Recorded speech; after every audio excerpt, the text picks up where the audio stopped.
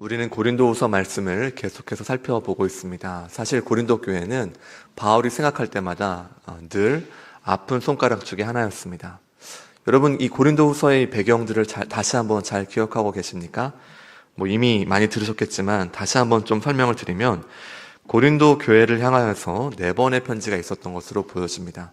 두 번째 편지가 고린도 전서였고, 그리고 그 중간에 눈물의 편지라고 불려지는, 지난주 말씀에서 보았던 그 내용에서 나타났던 이 눈물의 편지가 3번째 서신으로 있었고, 우리가 함께 읽고 있는 이 고린도 후서는 4번째 편지입니다.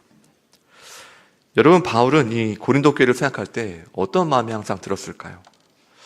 한 달 전에 제가 같이 나누면서 이 몇 가지 그 사례들을 나누었었는데, 그 사례로만 따진다면 정말 끝이 없을 정도였습니다. 분쟁, 미성숙, 자기자랑, 음행, 법정의 송사, 우상, 방언과 예언의 문제, 무엇보다 바울의 리더십을 인정하지 않는 문제 가운데에서 이 고린도 교회에는 엄청난 분란이 있었습니다. 그래서 바울은 디모데를 통하여서 이 고린도 전서라는 2번째 편지를 보냈습니다. 여러분, 그래서 이 고린도 공동체가 이 편지를 잘 들었습니까? 잘 듣지 않았음을 우리가 문맥을 통하여서 알 수 있었습니다.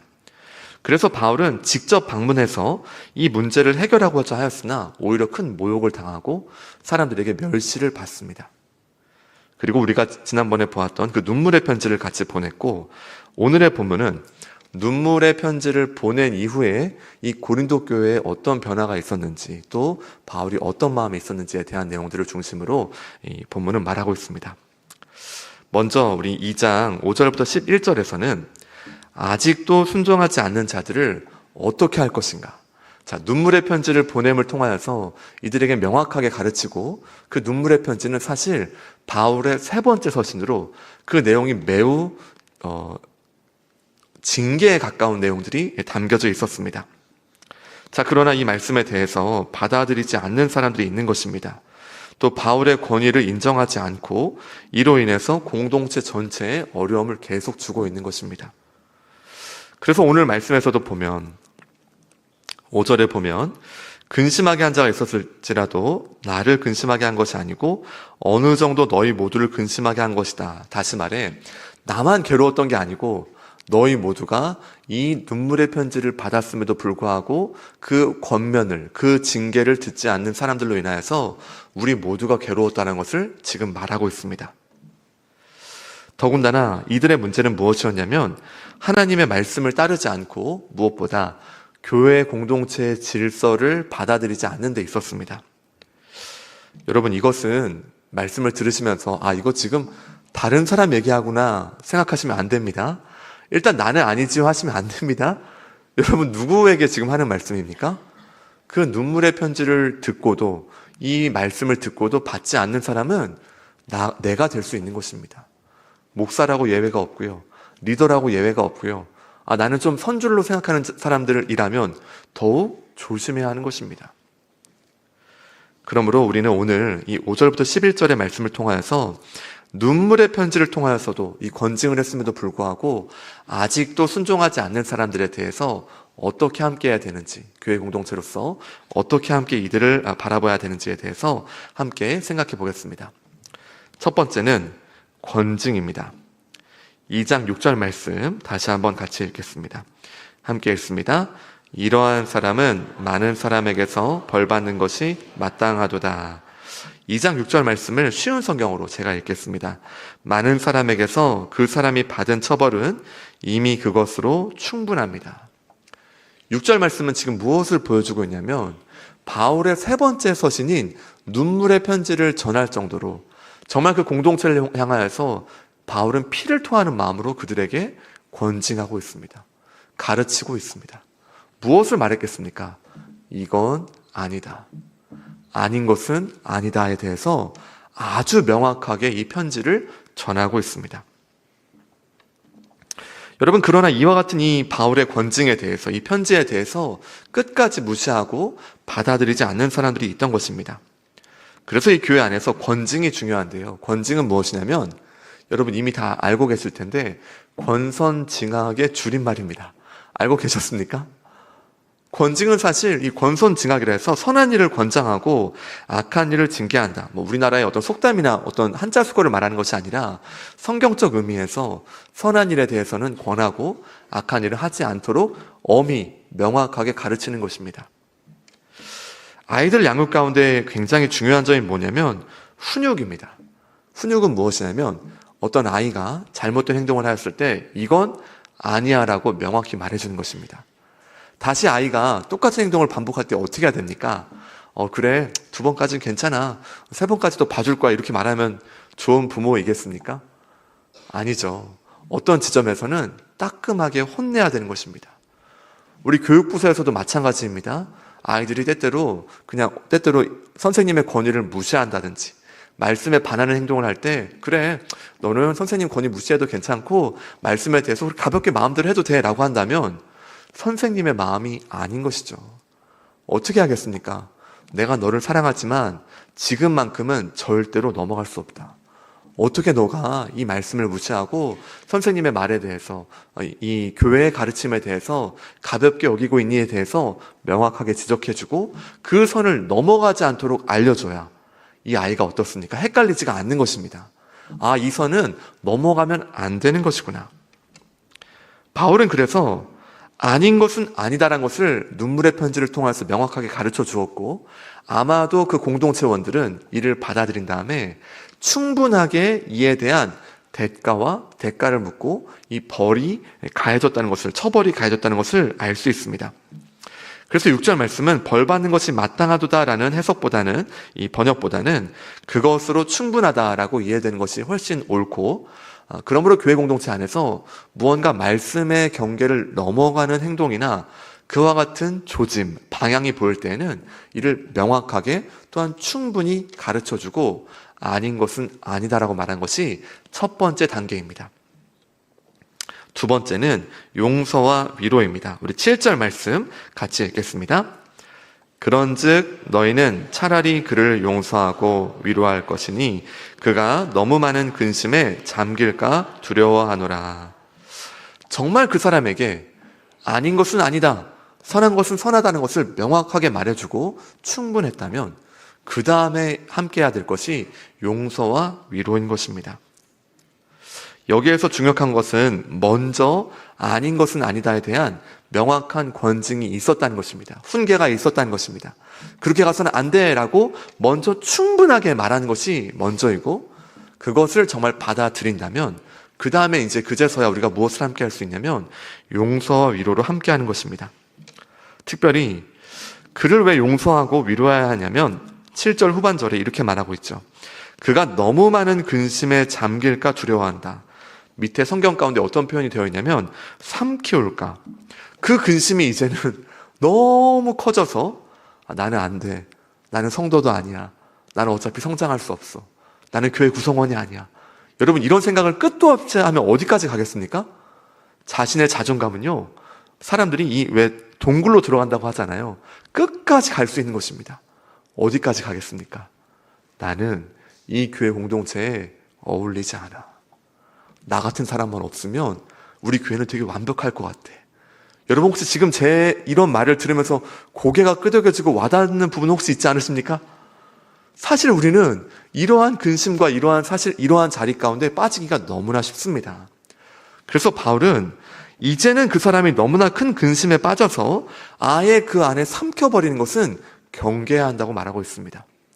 여러분, 그러므로 근심은요, 두 가지가 있습니다. 하나님의 뜻 안에서 함께하는 근심이 있고 세상 근심이 있습니다. 하나님의 뜻 안에서 하는 근심 가운데 있는 것은 괜찮으나 그가 어느샌가 자신의 생각과 세상적 방식 가운데 근심에 빠져서 자신의 존재에 하나님 앞에 사랑받음을 무시하고 교회 공동체원으로서 이미 사랑받고 있음까지도 받아들이지 않는 자리까지 가지는 않도록 그를 경계한다는 것입니다. 이것은 고린도후서 7장 10절 11절 말씀에 나타나 있습니다. 우리 고린도후서 7장 10절부터 11절 말씀을 같이 읽습니다. 함께 읽습니다. 하나님의 뜻대로 하는 근심은 후회할 것이 없는 구원에 이르게 하는 회개를 이루는 것이요 세상 근심은 사망을 이루는 것이니라. 보라, 하나님의 뜻대로 하게 된 이 근심이 너희로 얼마나 간절하게 하며 얼마나 변증하게 하며 얼마나 분하게 하며 얼마나 두렵게 하며 얼마나 사모하게 하며 얼마나 열심 있게 하며 얼마나 벌하게 하였는가. 너희가 그 일에 대하여 일체 너희 자신의 깨끗함을 나타내었느니라. 아멘. 여러분, 지금 근심에 있어서 두 가지를 말하면서 하나님의 뜻대로 하는 근심이 사실은 우리를 얼마나 살리는가를 말합니다. 여러분, 언제 회개하게 됩니까? 우리가 지난 날에 대해서 후회할 때 회개합니다. 여러분, 언제 하나님의 뜻대로 근심하십니까? 말씀에 반응해서 이것이 아니었구나, 이 길이 아니었구나, 지금까지 내가 함께했던 나의 사고방식과 나의 생각의 방향이 사실은 틀렸구나라는 것을 알 때 우리는 근심합니다. 그러나 그 근심이 잘못된 것입니까? 아닙니다. 이를 통하여서 우리가 때때로는 분통이 터집니다. 무엇에 대해 분통이 터집니까? 이 진리가 이렇게 나를 자유케 하는데 이것을 알지 못한 채 지나왔던 나의 과거에 대한 답답함인 것이죠. 또 무엇도 생기게 됩니까? 이 진리로 말미암아 이제라도 나는 더욱 열심히 주님의 나라를 살겠어라는 열심도 줍니다. 그러므로 여러분, 하나님은요, 여러분을 근심하게 하십니다. 그 근심은 세상 근심이 아니라 우리의 주신 이 지성과 이성을 통하여서 이것이 아니구나, 그렇다면 어떻게 가야 될지에 대해서 분하게도 하고 변증하게도 하고 간절하게도 하고 또 때때로는 벌하게도 하여서 우리를 돌이키는 하나님의 뜻 안에 함께하는 근심이 있습니다. 이 범주 안에서 함께 근심해야지 세상적인 말에서 나는 안 돼, 나는 문제 있어까지는 가서는 안 된다는 것입니다. 그래서 지금 바울은 아직도 순종하는 자지 않는 자들에게 대해서 첫 번째는 권징하고, 그 권징이 명확하게 받아들여졌다면 두 번째로서는 용서와 위로로서 함께한다는 것을 말하고 있습니다. 세 번째로는 그러면 이렇게 해야 되는 그 이유가 무엇인지에 대해 11절에 나옵니다. 우리 함께 11절 말씀을 같이 읽습니다. 함께 읽습니다. 이는 우리로 사탄에게 속지 않게 하려 함이라. 우리는 그 계책을 알지 못하는 바가 아니로라. 아멘. 여러분, 이렇게 해야 되는 이유를 말할 때 왜 용서해야 되는가에 대한 부분들을 말하고 있습니다. 여러분, 우리는 왜 이렇게 해야 합니까? 왜 권징하고 아닌 것은 아니다라고 말하고 용서하고 또 왜 위로해야 합니까? 사실 여러분 잘 생각해 보십시오. 그냥 나 혼자 홀로 신앙생활 하는 것만큼 편한 것이 없습니다. 남이서 어떻게 됐든, 이 사람이 뭐 넘어졌든 일어섰든 뭐 잘 되든 힘들어하든 관계없이 그냥 나 홀로 신앙생활 하는 것은 편안하고요, 우리의 성정에 잘 맞습니다. 그러나 아닌 것에 대해서 아니라 말하고 누군가가 눈에 밟혀서 기도할 때마다 그 사람의 이름을 부르짖고 하나님, 저 형제를, 저 자매를 주님 도와주세요 말하는 것은 우리에게도 힘들고 답답하고 괴로운 일입니다. 왜 이렇게 해야 합니까? 특히나 개인주의가 팽배한 이 시대 가운데에서 이렇게 살아가는 것만큼 어려운 것이 없습니다. 왜 그렇습니까? 일단 다른 형제와 자매에게 관심이 있어야 하는 것입니다. 나의 시선이 나에게만 함몰된 것이 아니라 눈을 들어서 저 사람은 어떻게 지내지? 저 형제는? 우리 목장 구성원은? 내가 함께 부서로서 함께하는 이 지체는? 내가 때때로 앉아서 내 옆에 앉아 계신 이 성도님은? 관심이 있어야만 이와 같은 것도 이루어진다는 것입니다. 만약에 우리가 때때로 용서하지 않고 이와 같은 과정들을 겪지 않고 있을 때 누가 가장 기뻐할까요? 콩으로 친다면 매주가 되지 않고 그냥 다 흩어져 일 수도 있는 콩자루에 그저 모여있는 콩자루 같은 교회. 후 흩으면 다 흩어지지만 매주는 어떻습니까? 완전히 하나가 되어서 콩의 성분도 있지만 온전히 하나 된 교회의 모습도 보여줄 수 있을 것 같습니다. 만약에 우리의 모습이 하나처럼 보여지지만 전혀 하나 되지 않은, 서로에게 관심도 없고 권징도 없고 용서와 위로도 없는 상태 가운데 교회라면 누가 가장 기뻐할까요? 누가 가장 음흉한 미소를 짓고 있을까요? 그것이 바로 사탄이라는 것입니다. 우리가 서로에 대해 무관심하고 우리가 형제와 자매를 바라보면서 우리 성도 간의 교제가 점점 약화될 때에, 어느샌가 이것이 문제가 있구나라는 것을 인지도 못하는 때가 될 때에 사탄은 뒤에서 가장 음흉한 미소를 짓고 있는 것입니다. 사탄은 우리에게 늘 말하고 있는 것입니다. 무언가 어떤 지체의 잘못됨이나 넘어진 모습이 있을 때 눈 감으라고 하는 것입니다. 그걸 자꾸 말하려고 할 필요도 없고, 듣는 사람도 난 듣기 싫어, 이게 말씀의 원리에 맞든 틀리든 나는 따지지 않을 거야, 그걸 받아들이지 않을 거야 라는 마음을 우리 가운데 끊임없이 부어주려 합니다. 용서는 어떻습니까? 우리가 용서할 때 가장 어려운 것은 내가 왜 먼저 손을 내밀어야 하는가에 있습니다. 아니, 저 사람도 잘못했고 나도 잘못한 상황이 있다면 저 사람이 먼저 나에게 용서의 손을 내밀으면 내가 그때 마지못해 이렇게 한번 내밀 만한 마음은 있겠으나, 내가 먼저 선뜻 내 손을 내밀어서 하나님의 인도하심을 따라 내가 먼저 용서를 구할 생각은 없는 것입니다. 여러분, 이게 무엇입니까? 이것이 교회 공동체가 얼어붙는 가장 중요한 과정인 것입니다. 가장 슬픈 과정인 것입니다. 왜 이것이 가장 슬프냐면, 이렇게 함께할 때 결국 무너지고 우리의 마음이 얼어붙는 것은 먼저는 나 자신입니다. 여러분, 다른 사람과 관계가 어려운데 그냥 괜찮은 척 한번 해보신 적 있으십니까? 아마 다 있으실 겁니다. 저도 해봤습니다. 여러분, 그럴 때 마음이 어떠십니까? 아주 편안합니까? 아, 그래, 어차피 서로 속고 속이는 세상, 그래 너도 알고 나도 알고 하니까 정말 말해야 될 이 갈등의 어떤 부분들은 우린 직면하지 않을 거야. 정말 말해야 될, 정말 깊은 관심을 가져야 될, 사실은 이 문제를 꼭 나눠야 되는데 이거는 그냥 뒤로 두고 서로 웃고 서로 이야기한다면, 여러분, 그때 사단은 가장 웃고 있고요, 하나님은 가장 슬퍼하십니다. 왜냐하면 교제의 기본은 진실함이기 때문입니다. 진실함이 없는데, 다시 말해 내 마음 깊은 곳을 나눌 생각이 없는데 그때 어떤 성령의 인도하심 나타날 수가 없습니다. 저는 20대에 제주도에서 이 예수전도단 훈련을 받은 적이 있었습니다. 6개월 정도 함께 살아가면서 늘 제가 받았던 가장 어려운 훈련은 무엇이었냐면 용서를 구하는 것이었습니다. 용서를 어떻게 구하냐면, 그때는 우리가 다 같이 한 공간에 같이 살았고 약 30여 명의 그 청년들이 같이 공동생활을 했습니다. 그때 저희가 배웠던 가르침은 뭐냐면, 가능한 하루가 지나기 전에 어떤 형제든 어떤 자매든 어려운 마음이 있으면 그 방에 가서 문을 두드리고, 형제님, 드릴 말씀이 있습니다. 예를 들면 아주 사소한 겁니다. 내가 먹고 싶었던 새우깡이 있었는데 형제님이 내가 먹으려고 했던 그 마지막 새우깡을 집어서 드시는 순간 내 마음은 얼어붙고, 내가 정말 먹고 싶었던, 왜냐하면 그때는 이 과자가 굉장히 귀했습니다.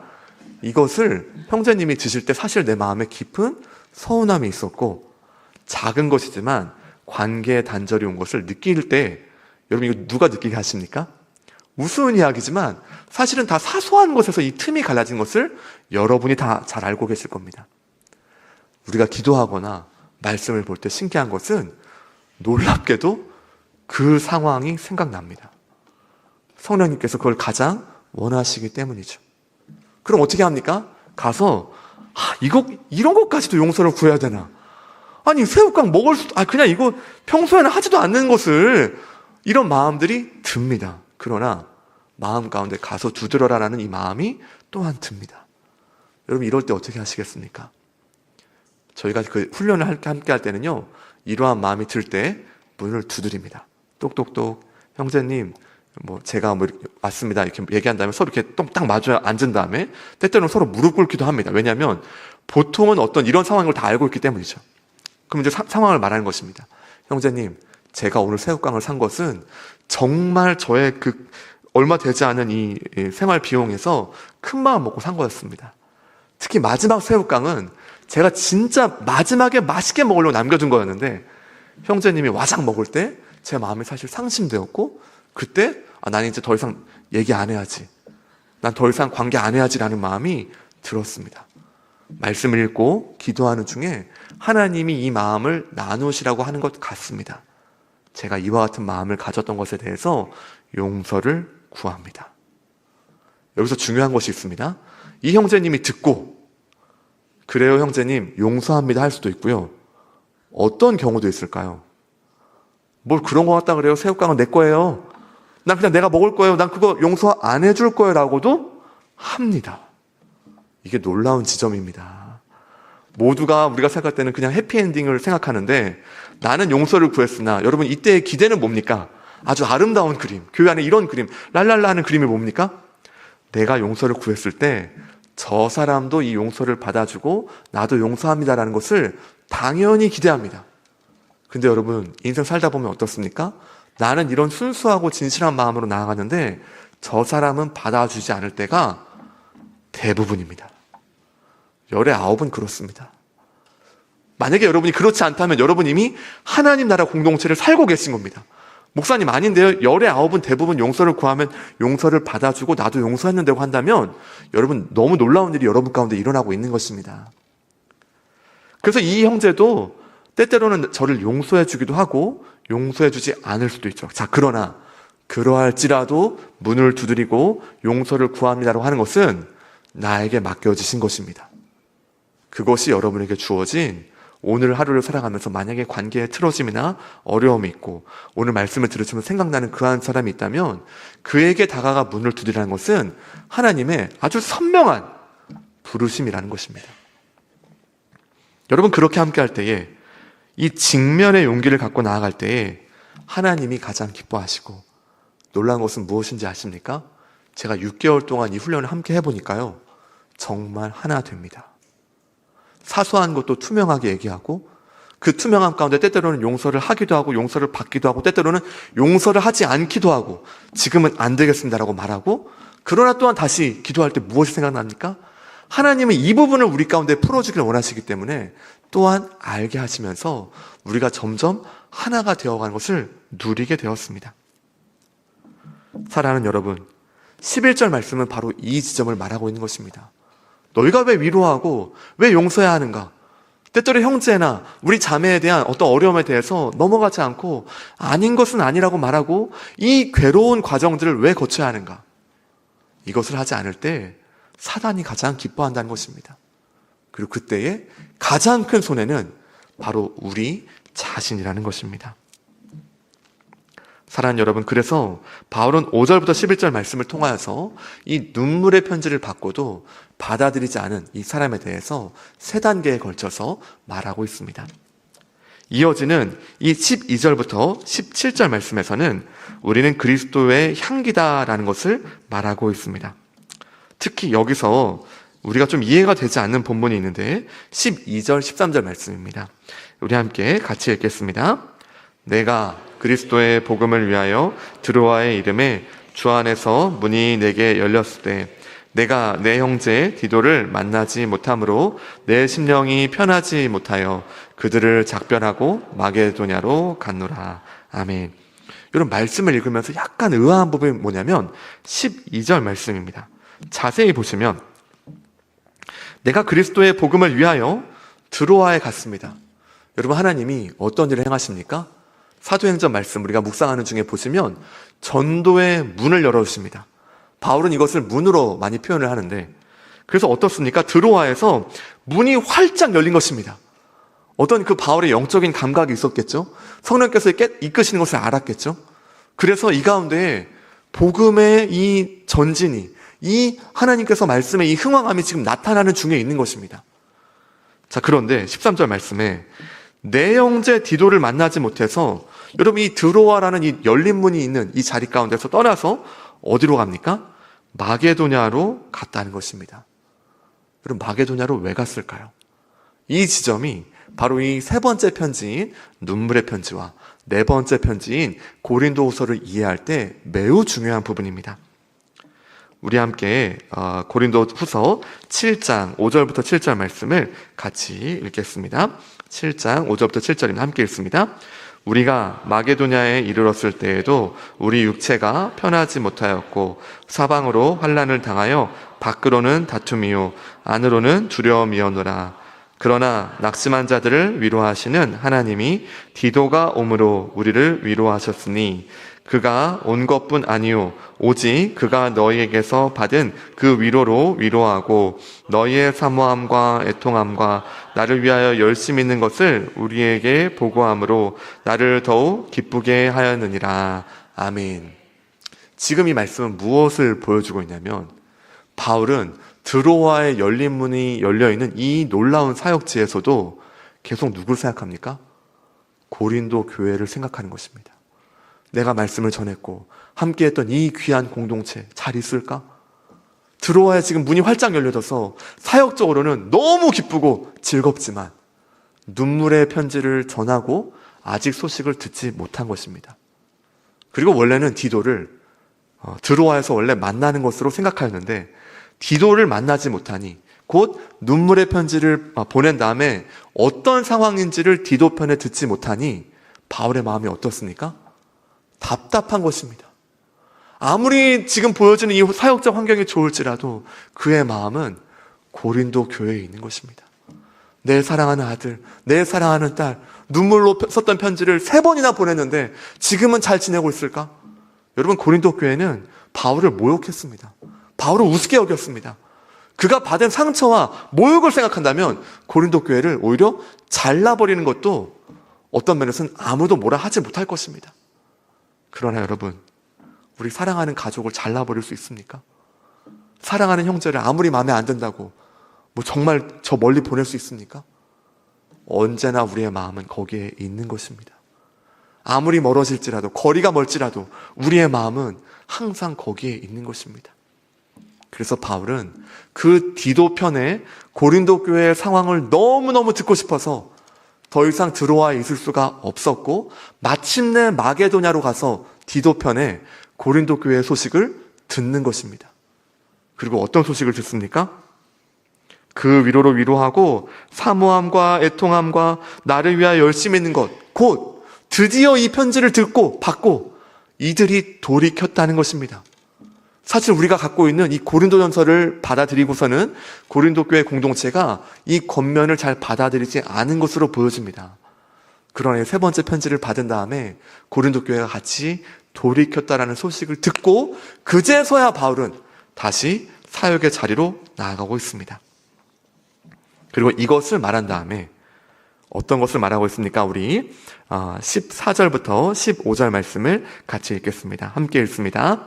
항상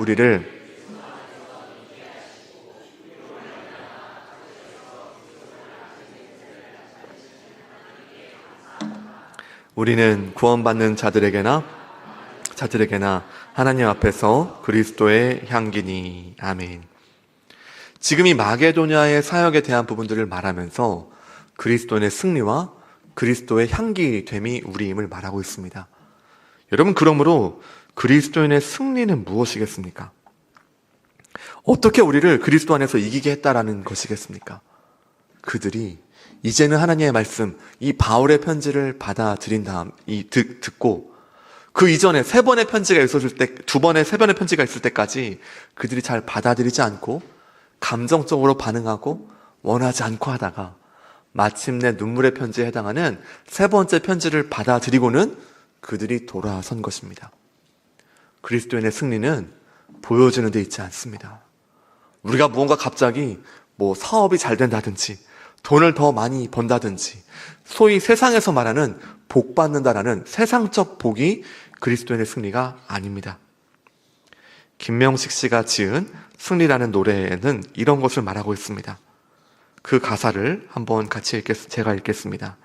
하고 싶은 말, 그 많고 많은 말 모두 힘겹게 억누르고 오직 주께서만 말씀하게 하는 것, 그것이 바로 승리라네.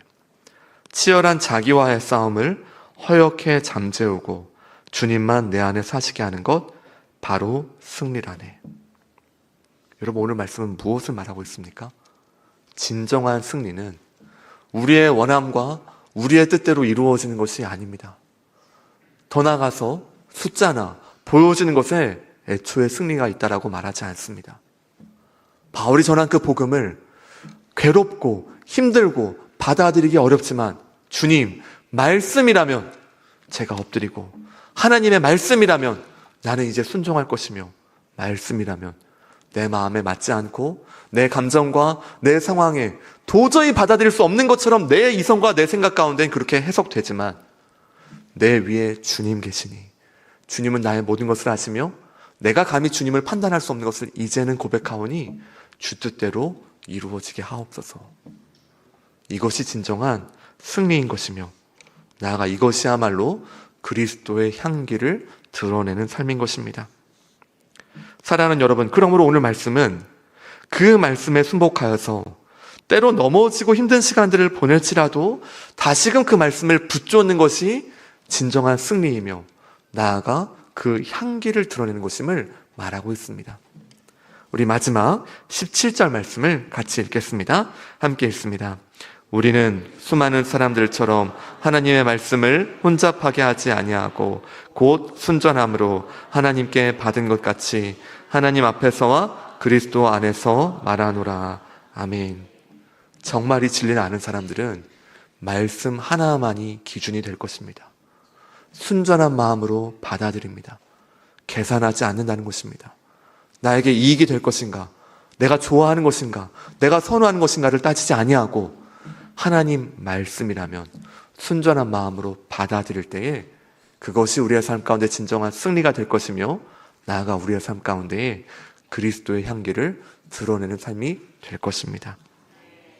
오늘 말씀을 기억하며 그리스도의 향기로서의 삶을 다시금 살아가는 귀한 더 오늘의 공동체 여러분 되시기를 주님의 이름으로 축원합니다.